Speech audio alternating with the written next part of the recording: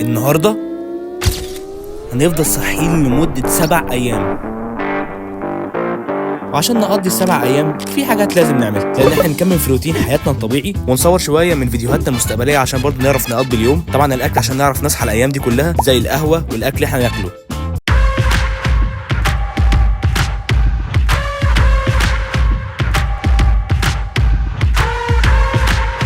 كده طبعا خلاص جزء كبير جدا ناقص السرير، ونخش على شوط القهوه.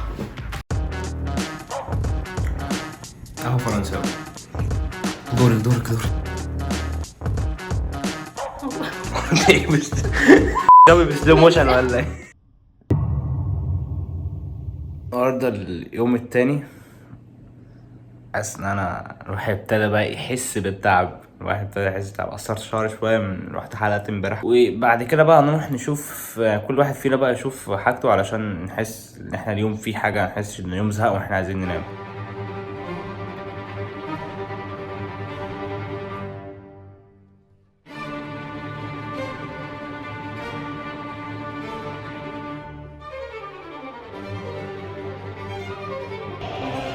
هتقولي ما انت عليك حراس ايه؟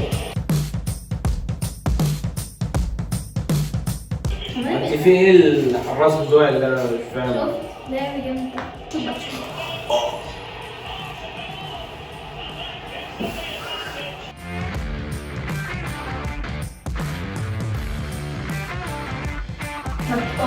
ما تقولش دلوقتي خلصت كام جيم بلاي ستيشن. هنشوف هنعمل ايه في بقيه الفيديو، بس الواحد مش قادر يكمل خالص، بقى يحس بالتعب وخلاص عيني وجعتني وجالنا صداع وخدنا برشيم قد كده. لو الفيديو ده منزلش خدوا بالكم اللي احنا متنا خدوا بالكم اللي احنا متنا. بعد 3 أيام بالظبط من غير نوم، ابتدى الواحد يحس انه خلاص تعبان ومش قادر يعمل اي حاجه، وبقيناش نعرف نركز في كذا حاجه مع بعض. ونيجي بقى ان احنا وقت القهوه. وانا كده هجيب كوبايتين يكونوا اهم حاجه نضاف، واحده ليا قهوه مجهوله المصدر، طبعا معلقتك الشايه هنقلب بيها القهوه. واهم حاجه في الوصفه طبعا نجيب كتب بتاع الشاي. ثانيه، بتتعمل ميه سخنه زي النسكافيه ولا بتهيألي اللبن؟ طب عطي يا فادي نرجع 5 ثواني. 1 million zillion jillion dillion cotillion times later. احنا عملناه عشان الاستاذ كان هيعمل قهوه بلبن بالميه السخنه. هحط بدل اللبن ميه سخنه وهعملها ساده مش فرنساوي. حسب عشان انت لسه عاملها يا حبيبي. بقول لك لو انت لسه بتتفرج لغايه دلوقتي بقى انزل دوس سبسكرايب عشان عايزين نوصل ل 10000. نبي نوصل، نفسي اشوف رقم 10 جنب كي.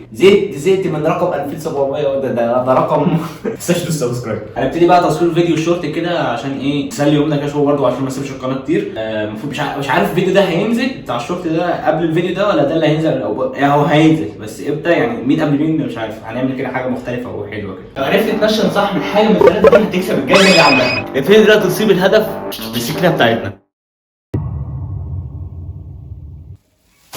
ان شاء الله ده يكون الفطار اليوم اللي قبل الاخير ان شاء الله.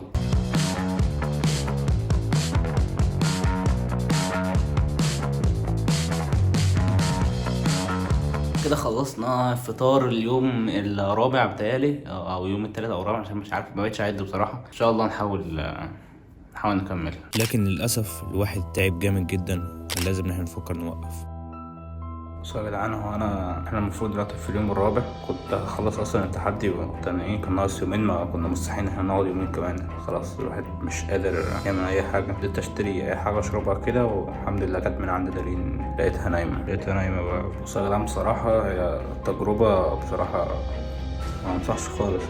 انا قلت هيبقى فيديو ترفيهي كده وتجربة ان احنا نشوف اللي هيحصل، مع اني قريت على حاجات بس ما صدقتش قوي ان الدنيا هتتضاعف كده والواحد ما يقدرش يعمل اي حاجة. يعني مثلا التحدي ده قعدنا فيه 4 ايام، 4 ايام دول كنا ممكن نعمل فيهم اي حاجة تانية، تصوير، نستفاد بالايام دي، واكيد هناخد وقت كبير عمال ما ننام ونصحى نظبط يومنا تاني. فمنصحش حد يجربه.